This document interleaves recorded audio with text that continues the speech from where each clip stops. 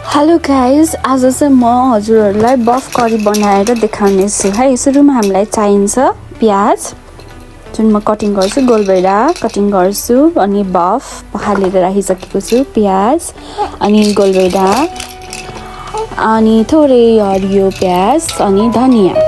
म यति हाल्छु, बाँकी त अरू हाल्दाखेरि म भनि नै हाल्छु। कराई बसाले, तेल हाले, थोरै तेल हाल्छु म चाहिँ। तेल हाले, त्यसपछि तेल हामी तात्न दिन्छौँ। तातिसकेपछि एउटा थोरै मेथीको गेडा हाल्छौँ। अब यसलाई पनि हामीले मजाले फुलाउँछौँ, भनेको यसलाई ब्राउन बनाउँछौँ। ब्राउन गरेपछि यो चाहिँ मेरो होममेडै घरमा बसी बनाएको करी हो। मिठो हुन्छ यसरी सादा सिम्पल तरिकाले बनाउँदाखेरि पनि। मैले थोरै फ्लेभरको लागि ल्वाङ सुकमेललाई चाहिँ हालेँ। ओहो पड्कियो हालेँ। अब यसलाई पनि हल्का ब्राउन हुन दिने। त्यसपछि मैले लिए सुकेको खुर्सानी 2टा, त्यसलाई पनि हल्का पड्किन दिने। त्यसपछि म हाल्छु बफ, सबै बफ हालिदिन्छु। मैले यसलाई पहिल्यै नै धोएर पखालेर रेडी गरेर राखिसकेको थिएँ। यसलाई म अब चलाउँछु, मजाले चलाउँछु।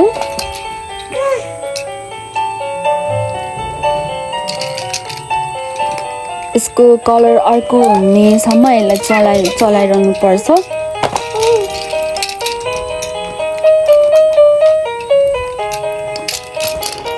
हामीले घरमै पनि सिम्पल तरिकाले पनि मिठो बफ करी खान सकिन्छ है गाइस। यसलाई चलाएर हल्का यसको कलर चेन्ज भएको छ। अब यसलाई म एकछिनको लागि छोपिदिन्छु। अब हामी खोल्छौँ, हेर्छ यसमा हल्का पानी निस्केको छ, किनकि बफमा हामीले पखालेको हुन्छ। पखाल्दाखेरि थोरै पानीहरू भएर हुन्छ, या फ्रिजमा पनि राखेको हुन्छ यो मासुहरू पसलमा, त्यही भएर पानी निस्किन्छ। अनि यो पानी नसुकुन्जेलसम्म हामी यसलाई फ्राई गरिरहन्छौँ है। फेरि एकछिन छोप्छौँ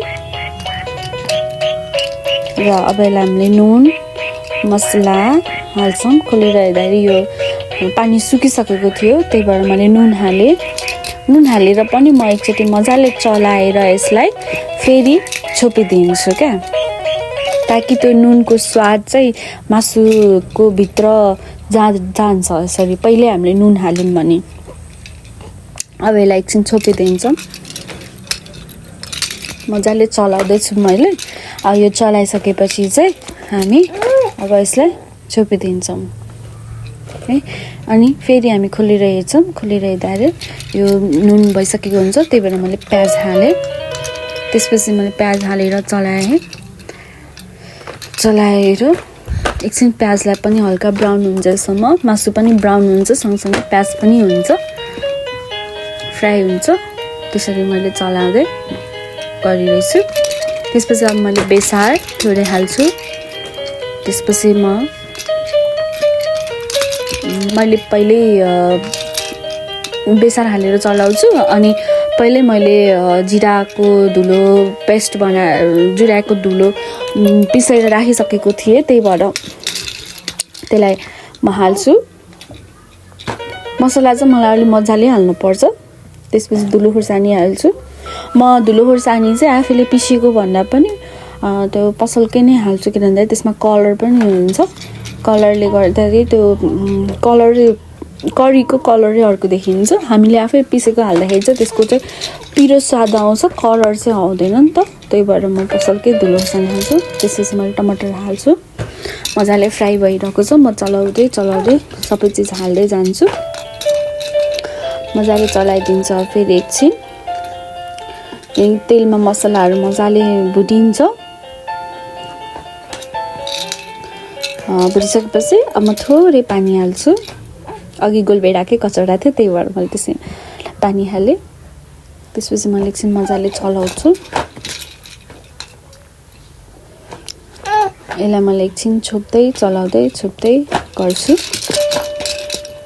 ताकि मसला मजाले पाक्छ। अब खोलेर हेर्छु। हल्लाइरहँदाखेरि त्यो सबै त्यसरी तेल भइरहेको हुन्छ भनेको मसला पाक्यो भनिन्छ। अब चाहिँ पानी सुकेर त्यो तेल भइरहेको हुन्छ नि त, पाक्यो है।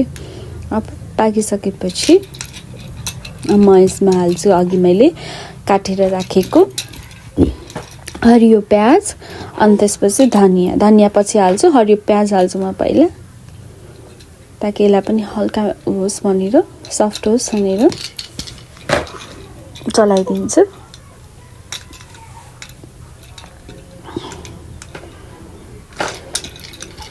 त्यसपछि धनियाँ हाल्छु। अब यो लगभग रेडी भयो हाम्रो घरमै बसी सामानबाट बनेको हाम्रो बफ करी।